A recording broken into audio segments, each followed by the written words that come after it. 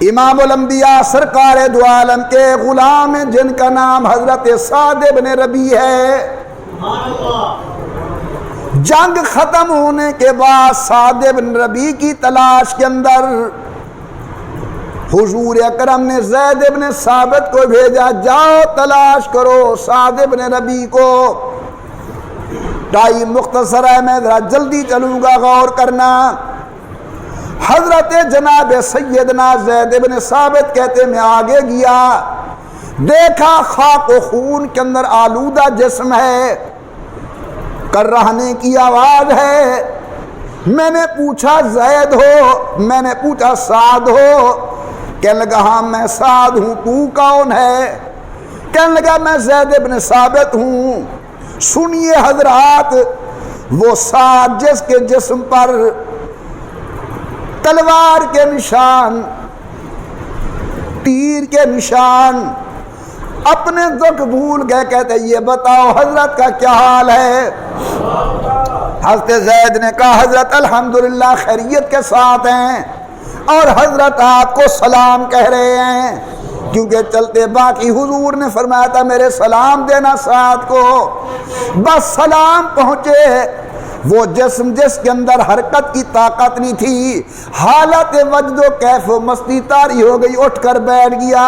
کہتے زید حضور کے سلام پھر سناؤ، پھر سلام سنائے، کہتے پھر سلام سناؤ، پھر سلام سنائے۔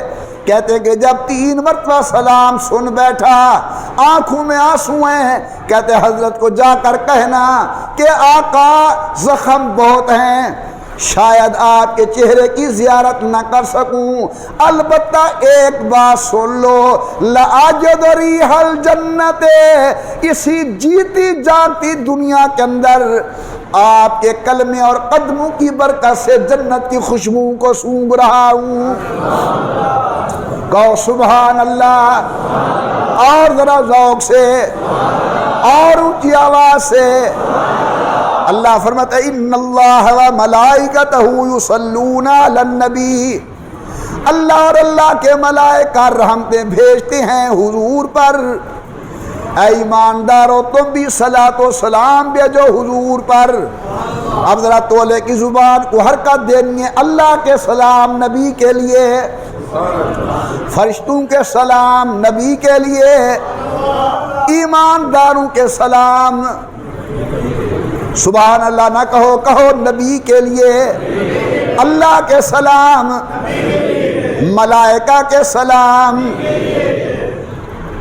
مسلمانوں کے سلام، پھر ذرا ذوق سے کہیں اللہ کے سلام، ملائکہ کے سلام، فرشتوں کے سلام، حاضرین مکرم، اللہ کے سلام نبی کے لیے، ملائکہ کے سلام نبی کے لیے، ایمانداروں کے سلام نبی کے لیے۔ میں کہتا ہوں سعد تیرے مقدر پہ قربان جاؤں، حضور کے سلام سعد بن ربیع کے لیے۔ میدان احد کے اندر شہید ہونے والے اس اللہ کے بندے کا نام ہے حضرت سعد بن ربیع۔